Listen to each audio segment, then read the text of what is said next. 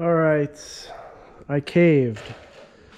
I bought a new OEM bumper, which was $400. I think actually it was close to $500, but aftermarket bumpers were like $100 less. Reason being was just because of the condition. I don't think I'd be able to get anywhere near what I'm looking for.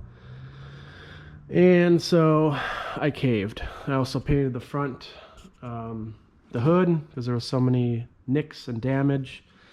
And then at this point, it's like, where do you stop? You know, do you paint the fenders? Do you buy new fenders? No.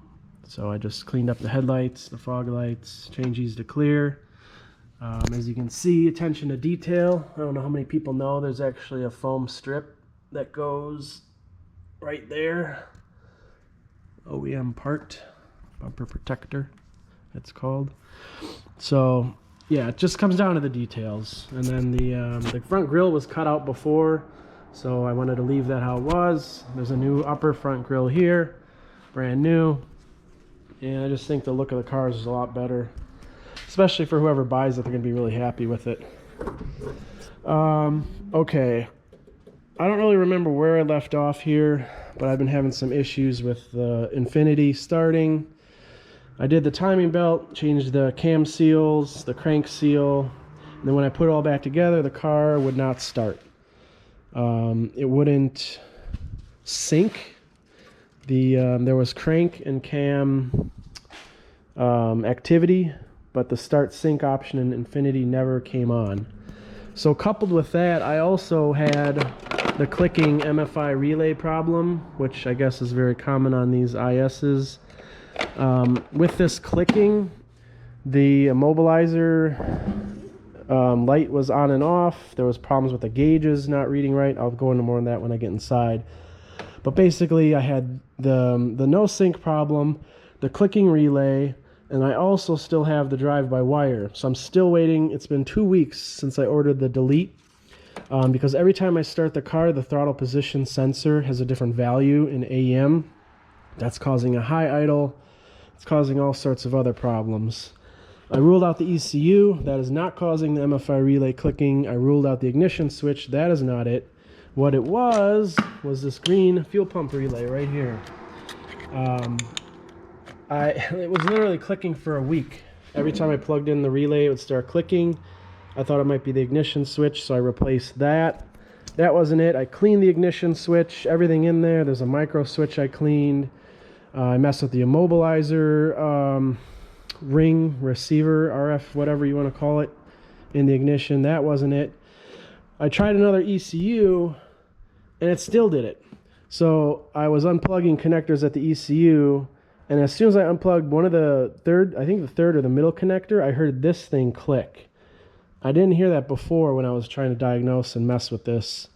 So I took it out. I popped it out of here. I kind of just, tapped it and pounded it back in. And I have not had the MFI clicking relay since. So that's all good. I just need to finish up, like I said, the drive-by-wire delete. So you'll see here now, normal operation, the security light blinks. When you put the key in just a little bit, well, yeah, there's like a little micro switch right when you put it in a tiny bit. So anyways, you turn the key to on, the security light goes off. Everything works fine. The gauges are working. Now the other issue with this clicking relay thing is that the fuel gauge will go to empty. The temp gauge will not work. The outside temp will show E. It's all related. Also, I thought the immobilizer had an issue because as this clicking was going on, the security light would keep blinking, even with the right keys in the ignition. Now I gotta figure out why this key ring is not lit up. I forgot to plug it in. So I gotta take this apart again for the 80th time. But anyways, yeah, so that's solved. So now, here's the main issue. So let's say, just like now, I'm trying to start the car on AEM. It'll probably start, but we'll see. Alright. So it did start, but you'll see the idle's really kind of messed up. And surging, that's from the drive-by-wire. Let's see here. Just trying to connect to my ECU.